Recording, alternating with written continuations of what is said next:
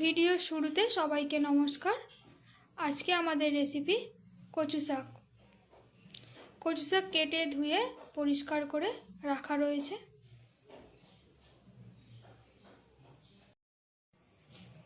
কচু শাক সিদ্ধ করার জন্য কড়াইতে জল দেওয়া হলো। এরপর দিয়ে দেওয়া হবে সামান্য হলুদ। এরপর দেওয়া হচ্ছে সামান্য নুন। এরপর কচু শাকগুলি কড়াইতে দিয়ে দেব।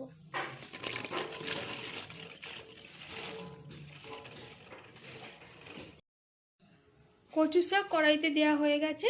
এবার ঢাকনা বন্ধ করে দেব।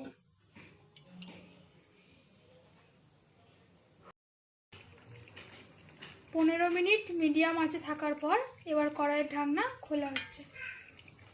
দেখুন কচু শাক প্রায় অনেকটাই সিদ্ধ হয়ে গেছে। দেখুন কচু শাক কড়াই থেকে নামিয়ে চুবড়িতে জল ঝরিয়ে রাখা রয়েছে। এরপর কড়াইতে তেল দেওয়া হয়েছে সামান্য।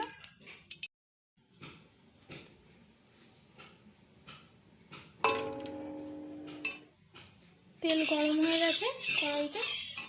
এবার একে একে ফোড়ন দিয়ে দেওয়া হবে। প্রথমে দিয়ে দেওয়া হবে সাদা জিরে।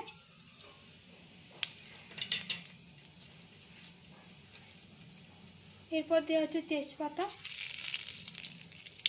এরপর দেওয়া হবে শুকনো লঙ্কা।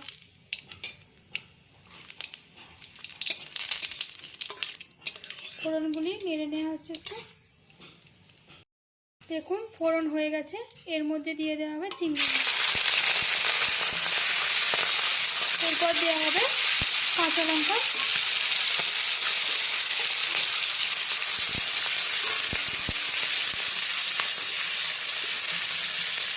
এরপর দিয়ে দেওয়া হচ্ছে নুন।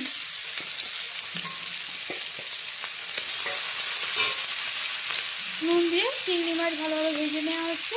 এরপর দিয়ে দেওয়া হবে পরিমাণ মতো হলুদ।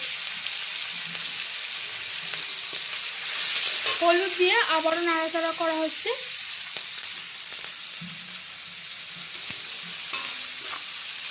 এরপর এর মধ্যে দেওয়া হবে ভিজিয়ে রাখা কাঁচা ছোলা।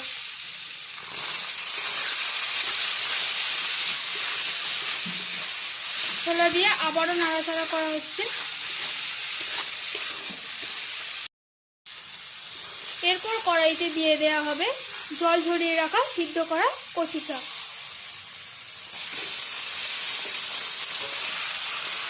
এবার কচু শাক ভালোভাবে নেড়ে চেড়ে নেওয়া হচ্ছে।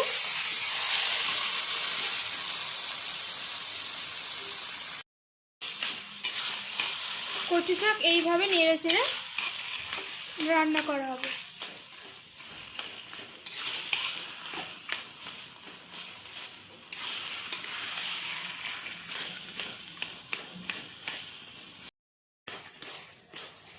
এইভাবে কচু শাক মাঝে মাঝে নেড়ে চেড়ে নিতে হবে।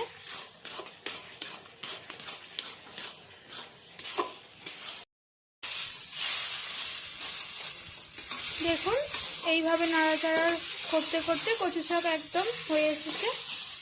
এবার এর মধ্যে দিয়ে দেওয়া হবে সামান্য চিনি।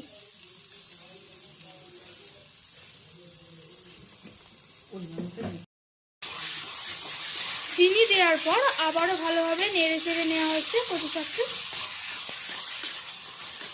এবার কচু শাক একদম রেডি। এবার নামিয়ে নেওয়া হবে কচু শাক। এবার নামিয়ে নেওয়া হলো।